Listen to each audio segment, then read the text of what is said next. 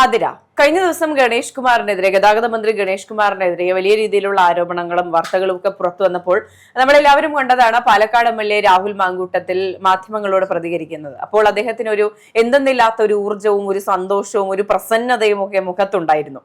അതൊരു വലിയ ആത്മവിശ്വാസമോ അല്ലെങ്കിൽ എനിക്ക് പണി തന്ന നിനക്കും പണി കിട്ടി എന്നുള്ള, അല്ലെങ്കിൽ എനിക്കെതിരെ സംസാരിച്ച നിനക്കും പണി കിട്ടിയല്ലോ എന്നുള്ള ഒരു സന്തോഷവും ഒക്കെ ആകാം. പക്ഷേ വരുന്ന 19-ാം തീയതി രാഹുൽ മാങ്കൂട്ടത്തെ സംബന്ധിച്ചിടത്തോളം വളരെ നിർണായകമാണ്. ജാമ്യത്തിന്റെ വിധി എനിക്ക് തോന്നുന്നു അതിജീവിത സുപ്രീം കോടതിയിൽ നൽകിയിട്ടുള്ള ഹർജിയിൽ മേൽ തുടർ നടപടികൾ ഉണ്ടാകും. അപ്പോൾ രാഹുൽ മാങ്കൂട്ടത്തിന് വീണ്ടും പൂട്ടുമുറുകാനുള്ള സാധ്യതകൾ ഉണ്ടെന്നും പറയപ്പെടുന്നു. അപ്പോൾ ജാമ്യം ലഭിക്കാനുള്ള സാധ്യതയുണ്ടോ? തീർച്ചയായും നമ്മൾ ഈ ഒരു കൂട്ടുമുറുകുന്നതിനെ പറ്റി നേരത്തെയും ചിന്തിച്ചിട്ടുള്ള ഒരു ഫാക്ടർ തന്നെയാണ്. കാരണം ഇലക്ഷൻ വരുന്ന സമയങ്ങളിലെല്ലാം ഇത്തരത്തിൽ കൂട്ടുമുറുക്കുന്ന ഒരു സാഹചര്യമുണ്ട്. പക്ഷെ ഇതൊരു നിസ്സാരമായ ഒരു കാര്യമൊന്നുമല്ല.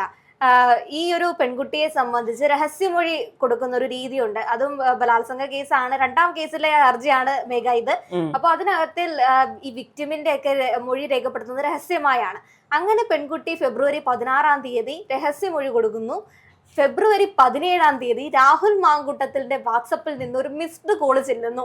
ഇതാണ് ഈ പറയുന്ന ഹർജി പ്രകാരം ഇയാൾക്ക് ജാമ്യം നൽകരുത്, ഇയാളെ പുറത്ത് നിർത്തി കഴിഞ്ഞാൽ തന്റെ ജീവന് ഭീഷണിയാണെന്നാണ് അതിജീവിത കോടതി മുഖേന അറിയിച്ചിട്ടുള്ളത്. മെഗ എന്തായാലും രാഹുൽ മാങ്കൂട്ടം വിളിച്ചിട്ടുള്ളത് ഈ അതിജീവിതയുടെ സുഖവിവരങ്ങൾ തിരക്കാനൊന്നും ആയിരിക്കില്ലല്ലോ. അല്ലയോ അതിജീവിതെ, താങ്കൾക്ക് സുഖമായിരിക്കുന്നു ഇത് ചോദിക്കാനല്ലല്ലോ രഹസ്യമൊഴിക്ക് ശേഷം അടുത്ത ദിവസം നന്ദി. അതെ, ഇത് പറയാനായിരിക്കില്ലല്ലോ. പിന്നെ രാഹുൽ അനുകൂലികൾ പറയുന്ന വിഷയം എന്ന് പറയുന്നത് ഭീഷണിയാണെന്ന് എങ്ങനെ മനസ്സിലായി?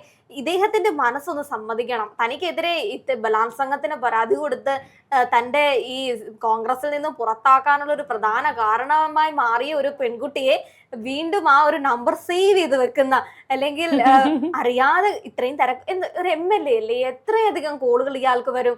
ഇയാളുടെ കൈ തട്ടി തപ്പിപ്പോയി ഇതെങ്ങനെയാണ് മേഘ കൈ തട്ടിയൊക്കെ വിളിക്കാൻ പറ്റും? അതെ, കുറെ നാളായി ഇവർ സംസാരിക്കുന്നൊന്നുമില്ല. അപ്പൊ എത്ര താഴെയായിരിക്കും ചാറ്റ് ഉണ്ടാവും? ഒന്നുമില്ല, ആ പേര് ടൈപ്പ് ചെയ്ത് കണ്ടുപിടിച്ചാൽ മാത്രം ഇതിനകത്ത് എത്താൻ കഴിയും. ഇല്ലെങ്കിൽ കുറെ സ്ക്രോൾ ചെയ്ത് താഴെ എത്തണം.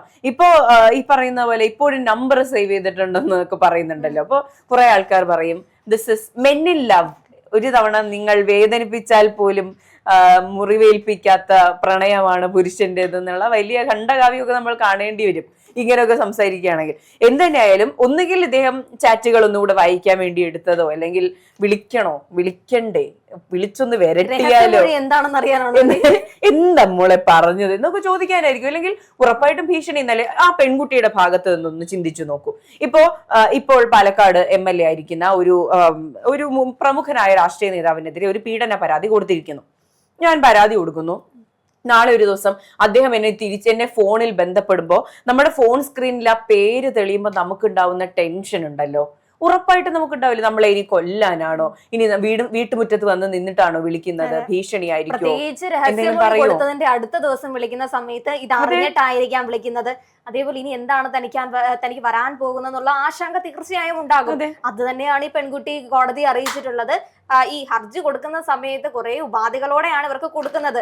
ജാമ്യം കൊടുത്തപ്പോൾ ഉപാധികൾ ഉണ്ടായിരുന്നു. ഇപ്പോൾ സ്വാഭാവികമായിട്ടും ഒരു പീഡന പരാതി ഉണ്ടാകുമ്പോൾ ആ പെൺകുട്ടിയോ ആ പെൺകുട്ടിയുടെ കുടുംബത്തെയോ ഒരു വിധത്തിലും കാണാൻ പാടില്ല, ആ പരിധിയിൽ പോലും പോകാൻ പാടില്ല എന്നുള്ള നിബന്ധന ഉറപ്പായും ഉണ്ടാവും. എല്ലാ കേസുകളിലും ഉണ്ടാവും. ഈ കേസിൽ പ്രത്യേകിച്ച് ഉണ്ടെന്നുള്ള കാര്യം ഉറപ്പാണ്. എന്നിട്ട് പോലും ആ കോണ്ടാക്റ്റിലേക്ക് ഒരു മിസ് കോൾ അറിയാതെ പോലും ചെന്നല്ലോ. ഇത്രയ്ക്ക് ശ്രദ്ധയില്ലാത്തൊരു മനുഷ്യനാണോ പാലക്കാട് MLA ആയിരിക്കുന്നത് എന്നുള്ളതാണ്. ചിലപ്പോ പുള്ളിക്ക് ഈ ഒരു കാര്യം അറിഞ്ഞ സമയത്ത് ആണോ എന്നാ ഒന്ന് വിളിച്ചാൽ കൊള്ളാമെന്ന രീതിയിൽ വിളിക്കുകയായിരിക്കും. അപ്പോഴായിരിക്കും ബോധോദയം ഉണ്ടായത്. താൻ ഇതിനു മുൻപ് വിളിച്ചതിന്റെയും സംസാരിച്ചതിന്റെ ഒക്കെ റെക്കോർഡുകൾ ഇതേപോലെ പെൺകുട്ടികൾ പുറത്തേക്ക് വിട്ടിട്ടുള്ളതല്ലേ. അപ്പൊ സുരക്ഷിതമല്ലാന്ന് ചിലപ്പോൾ വിളിച്ചു കഴിഞ്ഞിട്ടായിരിക്കാം തോന്നിയത്. ആ ഒരു ദേഷ്യം കൊണ്ടൊക്കെ ആയിരിക്കും അപ്പൊ വിളിച്ചിട്ടുണ്ടായിരുന്നത്. പക്ഷെ അദ്ദേഹത്തിന് ഇതൊരു നിയമലംഘനം തന്നെയാണ്. എന്തൊക്കെ പറഞ്ഞു കഴിഞ്ഞാലും അറിയാതെ മിസ്ഡ് കോള് പറ്റിയെന്നൊക്കെ എങ്ങനെയാണ് ഒരു അരിയാഹാരം തരുന്ന ആൾക്കാരോടൊക്കെ നമുക്ക് പറയാൻ പറ്റുമോ? അറിയാതെ കൈതട്ടി കോള് വന്നയാണെന്നുള്ളത്, അല്ലെങ്കിൽ ഫോൺ ഹാങ് ആയി വന്നതാണ്, ഹാക്ക് ചെയ്തതാണെന്ന് പറയാതിരുന്ന ഭാഗ്യം. നമുക്ക് നമ്പർ തെറ്റിയൊക്കെ കോള് പോകും. ഇപ്പൊ ഹരി സ്കൂൾ, അങ്ങനെ രണ്ടുപേർക്കും കോള് മാറിയൊക്കെ പോകും. അത് നമ്മൾ ഹരിന്ന് സെർച്ച് ചെയ്ത് ചെല്ലുമ്പോഴാണ് നമുക്ക് മാറിപ്പോകുന്നത്. വാട്സ്ആപ്പ് കോൾ അങ്ങനെയും പോകത്തില്ല, അതാണ് വിഷയം. നോർമൽ കോൾ ആണെങ്കിൽ കൈതട്ടി പോകാന്ന് നമുക്ക് പറയാൻ പറ്റും. വാട്സ്ആപ്പ് കോൾ എന്ന് പറയുന്നത് നമ്മൾ സെർച്ച് പോയി ആ കോളിൽ കൃത്യമായി ഞെക്കിയാൽ മാത്രമേ അത് പോകത്തുള്ളൂ. കോള് ഞെക്കിയതിനു ശേഷം കോൾ ചെയ്യാൻ വീണ്ടും കോൾ ആണോ എന്നുള്ളത് സെലക്ട് ചെയ്താൽ മാത്രമേ പോകത്തുള്ളൂ. അല്ലാതെ ഇനിയിപ്പോ ഇതേ പേരുള്ള രണ്ടുപേരുണ്ടാവും നമുക്ക് പറയാൻ പറ്റത്തില്ല. പിന്നെ ഒരു കാര്യമുണ്ട് അതില, ഒന്ന് ആലോചിച്ച് നോക്കൂ. ഈ ഭീഷണി ഉണ്ടാവുക എന്ന് പറഞ്ഞാൽ നിന്നെ ഞാൻ കൊന്നു കളയും എന്നുള്ളത് മാത്രമല്ല ഒരു പീഡന പരാതിയെ സംബന്ധിച്ച് ഒരു പെൺകുട്ടിക്ക് ഉണ്ടാകാവുന്ന ഭീഷണി. ഇപ്പൊ ആ പെൺകുട്ടിയോട്, ഇപ്പൊ നമുക്ക് ആ പെൺകുട്ടിയുടെ ഐഡന്റിറ്റി അറിയില്ല. ഇപ്പൊ പലർക്കും, കേരളത്തിലുള്ള 99% പേർക്കും ഈ കുട്ടിയുടെ ഐഡന്റിറ്റി ഒന്നും അറിയില്ല. അപ്പൊ ഈ കുട്ടിയുടെ ഐഡന്റിറ്റി പുറത്തു വരും എന്നുള്ളതൊരു ഭയമാണ്. അതുപോലെ തന്നെ ഈ 3 പരാതികളിലും പെൺകുട്ടികൾ പറഞ്ഞിട്ടുള്ളത് ഇയാൾ വീഡിയോ ചിത്രീകരിച്ചിട്ടുണ്ട് എന്ന് പറയുന്നുണ്ട്. അപ്പൊ ഈ വീഡിയോകൾ പുറത്തു വന്നാൽ എന്തായിരിക്കും അവസ്ഥ? നമുക്കറിയാം കേരളത്തിന്റെ ഒരു സാഹചര്യത്തിലൊക്കെ ഒരു സ്വകാര്യ ദൃശ്യം പുറത്തു വരിക എന്ന് പറയുന്നത് വളരെ വളരെ ഭയങ്കര ഒരു വല്ലാത്തൊരവസ്ഥ തന്നെയാണ്. അത്തരത്തിലുള്ള സംഭവങ്ങൾ ഉണ്ടായി ആത്മഹത്യ ചെയ്ത പെൺകുട്ടികളുടെ കഥകൾ നമ്മൾ കേട്ടിട്ടുണ്ട്. അതുപോലെ തന്നെ ഇവർ പ്രണയാർദ്രമായ നിമിഷങ്ങളിൽ ഇവർ ചെയ്ത ചാറ്റുകൾ ഉണ്ടാകാം, അത് പുറത്തു വരുമോ? ഇനി നീ പരാതിയുമായിട്ട് മുന്നോട്ട് പോയാൽ ആ ഫോട്ടോ ഞാൻ പുറത്തുവിടും, അല്ലെങ്കിൽ അന്ന് നീ എന്നോട് ചാറ്റ് ചെയ്തില്ലേ അതിന്റെ സ്ക്രീൻഷോട്ട് ഞാൻ പുറത്തുവിടും, ഞാൻ ആയിരിക്കില്ല പുറത്തുവിടുന്നത്, എന്റെ ഫ്രണ്ട്സിനെ കൊണ്ട് ഞാൻ ചെയ്യിപ്പിക്കും, ഇങ്ങനെയുള്ള ഭീഷണികളായിക്കോട്ടെ. ഇത് പറയുമ്പോൾ രാഹുൽ അനുകൂലികൾ പറയാൻ പോകുന്ന ഒരു കാര്യം, ഈ പെൺകുട്ടികൾ ചാറ്റുകളൊക്കെ പുറത്തുവിട്ടില്ലേ, ഞങ്ങളുടെ രാഹുൽ മാങ്കൂട്ടത്തിനെ അധിക്ഷേപിക്കാൻ വേണ്ടി രാഹുൽ അയച്ച എല്ലാ മെസ്സേജുകളും നിങ്ങൾ പുറത്തേക്ക് വിട്ടു, അദ്ദേഹത്തിന്റെ കോൾ റെക്കോർഡിങ്സ് പുറത്തേക്ക് വിട്ടു. പിന്നെ എന്തുകൊണ്ട് രാഹുൽ മാങ്കൂട്ടത്തിന് ഇത് പുറത്തേക്ക് വിട്ടുകൂടാ? ഞങ്ങൾക്ക് നീതി ആവശ്യമില്ലേ? രണ്ടുപേരും ഒരുമിച്ച് പ്രണയിച്ച് പോയി, ഇദ്ദേഹം കുറച്ച് വൈൽഡ് സെക്സ് ആണ് ചെയ്തത്, ആ ഒരു കുറ്റം മാത്രമേ രാഹുൽ ചെയ്തിട്ടുള്ളൂ, ബാക്കിയൊക്കെ ഇവര് ഒരുമിച്ചാണ് എല്ലാം ചെയ്തിട്ടുള്ളത്. അപ്പോ എന്തുകൊണ്ട് രാഹുലിന് ഇതൊക്കെ പുറത്തേക്ക് വിടാൻ പറ്റില്ല? ഇങ്ങനെ ഒരു ചോദ്യം ഉറപ്പായും രാഹുലിനെ അനുകൂലിക്കുന്ന ആൾക്കാർ പറയും. അതേപോലെ എത്രയോ അമ്മമാരും എത്രയോ സ്ത്രീകളും രാഹുലിനെ അനുകൂലിക്കുന്നുണ്ട്.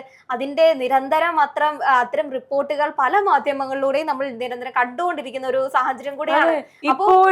ഇപ്പോഴും ഈ രാഹുലിനെ സപ്പോർട്ട് ചെയ്യാൻ, ഇപ്പോ ഗണേഷ് കുമാറിന്റെ വിഷയം ഉണ്ടായപ്പോ കണ്ടൊരു സംഭവമാണ്. ഗണേഷ് കുമാർ ചെയ്ത തെറ്റിനെ ഇങ്ങനെ എടുത്തു കാണിച്ച് രാഹുൽ ചെയ്തത് തെറ്റല്ല എന്ന് കാണിക്കാൻ ഒരു പറ്റം മനുഷ്യർ പെടാപ്പാട് നമ്മൾ കണ്ടതാണ്. എന്തിനാണ് ഇത് ചെയ്യുന്നത്? ഇപ്പൊ ഗണേഷ് കുമാർ ആണെങ്കിലും തെറ്റ് ചെയ്തിട്ടുണ്ട്, അയാളുടെ ഭാഗത്ത് കുറെ തെറ്റുകളുണ്ട്, പുറത്തു വരാത്ത തെറ്റുകൾ പോലും ഉണ്ട്, നമ്മളൊക്കെ ഞെട്ടുന്ന പോലത്തെ തെറ്റുകൾ അയാൾ ചെയ്തിട്ടുണ്ടാവാം. അതുപോലെ തന്നെയുള്ള തെറ്റുകളാണ് രാഹുൽ മാങ്കൂട്ടം ചെയ്തത്. ഒരു ലൈംഗിക കുറ്റകൃത്യവും ഒരു ക്രൈമും നമുക്ക് മറ്റേ തീവ്രത അളക്കുന്ന മെഷീൻ ഇല്ല നമുക്ക്. ഒരാൾ തോണ്ടിയതല്ലേ ഉള്ളൂ, ഒരാൾ റേപ്പ് ചെയ്തല്ലോ നമുക്ക് ചോദിക്കാൻ പറ്റില്ല. ഇത് രണ്ടും ഈക്വലി ഇമ്പോർട്ടന്റ് ആയ ക്രൈംസ് ആണ്. ഇവരുടെ ഒരു പ്രശ്നം എന്ന് പറഞ്ഞു കഴിഞ്ഞാൽ, ഇപ്പോ രാഹുൽ ചെയ്തത് പ്രശ്നമില്ല, ഗണേശൻ ചെയ്തത് പ്രശ്നമാണ്. പക്ഷെ ഗണേശന്റെ വിക്ടിംസ് ഒന്നും പരാതി കൊടുത്തിട്ടില്ല. ഗണേശന്റെ വിക്ടിംസ് എന്ന് പറയുന്നത് ഭാര്യമാരായിരുന്നു, ഇദ്ദേഹത്തിന്റെ വിക്ടിംസ് എന്ന് പറയുന്നത് കാമുകിമാരായിരുന്നു. കാമുകിമാരിൽ തന്നെ മുൻപ് വിവാഹം കഴിച്ചിട്ടുള്ള ആൾക്കാരാണ്. ഇതിനകത്തിലെല്ലാം ഈ ചെറുപ്പക്കാരനെ അവർ വശീകരിച്ചു കൊണ്ടുപോയി, ചെറുപ്പക്കാരനെ നിർബന്ധിച്ച് അവർ സെക്സ് ചെയ്ത് അവർ കുഞ്ഞിനെ ഉണ്ടാക്കി വീണ്ടും ആ ചെറുപ്പക്കാരന്റെ രാഷ്ട്രീയ ജീവിതം കളയാനായിട്ട് ആ പെൺകുട്ടികൾ ഇറങ്ങിത്തിരിച്ചതായിരുന്നു. പക്ഷെ ഗണേശന്റെ ജീവിതത്തിൽ അങ്ങനെയല്ല. ഗണേശൻ അങ്ങോട്ട് ഈ പെൺകുട്ടികളെ എല്ലാം നശിപ്പിക്കാൻ വേണ്ടി പോയി, ഭാര്യമാർ വിക്ടിമായി, ഭാര്യമാർ പരാതിപ്പെട്ടു, അല്ലെങ്കിൽ ഭാര്യമാർ പരാതിപ്പെട്ടു. ഇതാണ് ഈ പറയുന്ന കമ്പാരിസൺ നടന്നുകൊണ്ടിരിക്കുന്നത്. മനസ്സിലാവുന്നില്ല എങ്ങനെയാണ് ഇവർ ഇതൊക്കെ താരതമ്യപ്പെടുത്തി ഇങ്ങനെയൊക്കെ പറയാൻ സാധിക്കും? രാഹുൽ മാങ്കൂട്ടം തന്നെ അദ്ദേഹം ചെയ്ത തെറ്റല്ലാതാകുമോ? അത് എങ്ങനെയാണ് പറയാൻ പറ്റുന്നത്? ഓക്കെ, സമ്മതിച്ചു, നിങ്ങളെ പിടിക്കപ്പെട്ട സമയത്ത് നിങ്ങൾക്കെതിരെ കല്ലെറിഞ്ഞ ആളാണ് ഗണേഷ് കുമാർ, നിങ്ങൾ പുറത്തു പോകണമെന്നും രാജിവെക്കണമെന്നും പറഞ്ഞ ആളാണ് ഗണേഷ് കുമാർ. കോൺഗ്രസിൽ നിന്ന് പുറത്താക്കിയത് വെറും ഷോ ഓഫ് ആണെന്ന് പറഞ്ഞ ആളാണ്. അതുകൊണ്ട് തന്നെ അയാൾക്കെതിരെ ഒരു പരാതി വന്ന സമയത്ത് നിങ്ങൾ വീണ്ടും സ്ക്രീനിങ്ങിന്റെ മുന്നിലേക്ക് വന്നിട്ട് ധൈര്യപൂർവ്വം നെഞ്ചു വിരിച്ച് ഒരു രോഷം ഉണ്ടാവുന്നതും ഒരു പ്രതികാര മനോഭാവം ഉണ്ടാകുന്നതും ഒക്കെ സ്വാഭാവികമാണ്. പറഞ്ഞല്ലോ മുഖ്യമന്ത്രിയോട്, എന്തേ താങ്കൾ ഇപ്പൊ കപ്പെടുക്കുന്നില്ലേ എന്നൊരു ചോദ്യം ചോദിക്കുമ്പോൾ എനിക്ക് ആ ചോദ്യം ചോദിച്ചപ്പോ തോന്നിയ ഒരു കാര്യം, ഇവര് രണ്ടുപേരുടെയും പ്രശ്നം കൊണ്ട് അബോട്ടായി പോയി ആ കുഞ്ഞിനെ പറ്റിയിട്ടാണ് ഞാൻ ചിന്തിച്ചത്. രാഹുൽ മാങ്കൂട്ടം അത് ചിന്തിച്ചിട്ടുണ്ടാവില്ല, പക്ഷെ ഞാൻ ചിന്തിച്ചിട്ടുണ്ടായിരുന്നു. അതിനകത്തിൽ പിണറായി വിജയനോട് അനുഭാവമില്ല, ആ സ്ത്രീയോടും അനുഭാവമില്ല, പക്ഷെ കുഞ്ഞിനോട് അനുഭാവം തോന്നി. ആ കുഞ്ഞിനെ ഓർത്ത് വിഷമം തോന്നി.